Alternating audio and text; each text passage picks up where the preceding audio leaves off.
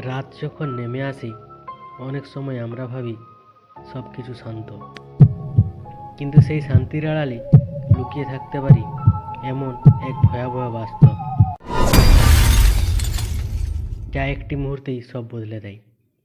আজ আমরা জানব 20 জানুয়ারি 2026 ট্রেনের আগামী কসোভোতে ঘটে যাওয়া এক ভয়াবহ ট্রেন দুর্ঘটনার গল্প। A deadly rail crash in Spain.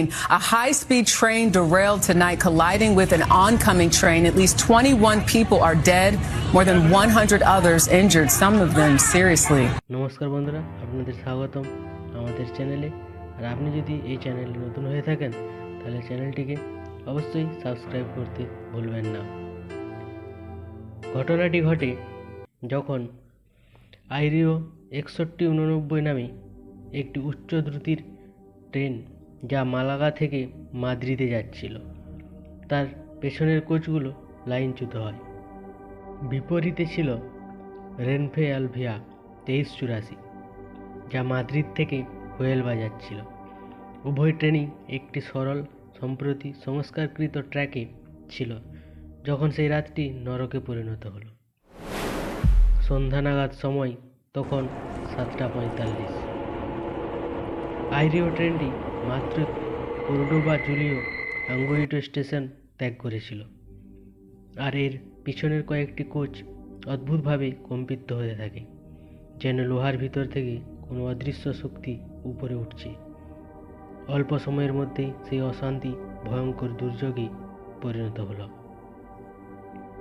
অধিক সংক্ষিপ্ত সময়ের মধ্যেই আইরিওর লাইনচ্যুত কোচগুলো বিপজ্জনকভাবে সামনের ট্র্যাকের দিকে ঢুকে পড়ে।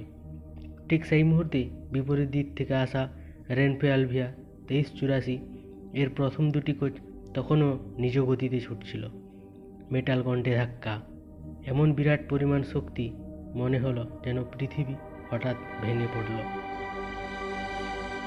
সংঘর্ষের বল এতটাই শক্তিশালী ছিল যে দ্বিতীয় ট্রেনের প্রথম দুই কোচ চরম খসা দিয়ে 4 মিটার নিচের বিস্তীর্ণ ঢালে ইনফরমেশন নেমে যায়। ঘটনার ঠিক পরে অন্ধকার ও ধোঁয়ার মধ্য থেকে উঠে আসে মানুষের ঘটনা, লজ্জাজনক চিৎকার, প্যারামেডিকদের ডাক, আহতদের আর্তনাদ এবং ধীরে ধীরে নিঃশ্বাস থেমে যাওয়ার ভয়ঙ্কর নীরবতা। এক যাত্রী বলেন, এটা যেন ভূমিকম্পের মতো সব কিছু কেঁপে গেল।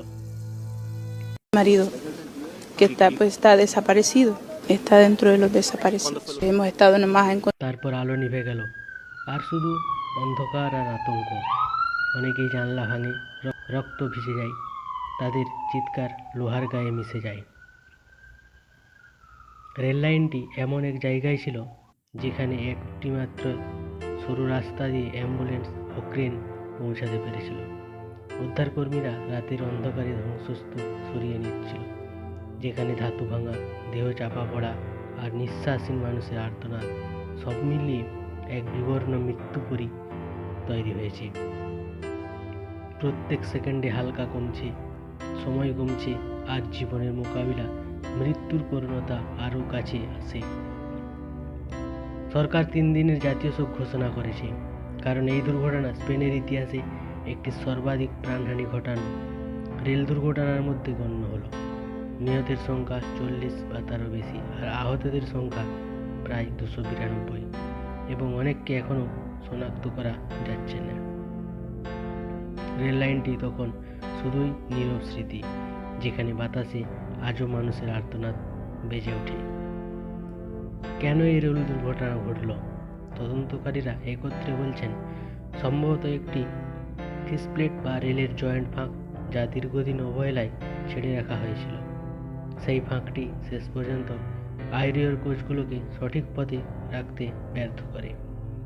কিছু মাস আগেও সেই ট্র্যাকটি সংস্কার করা হয়েছিল, তবুও কি ভুল হয়েছিল?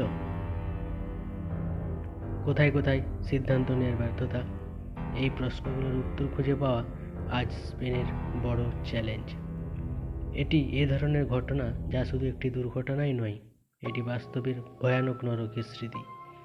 এই রাতের অন্ধকার, এই ধ্বংসস্তূপ আজও রেল লাইনের প্রতিটি টুকরোতে লুকিয়ে আছে।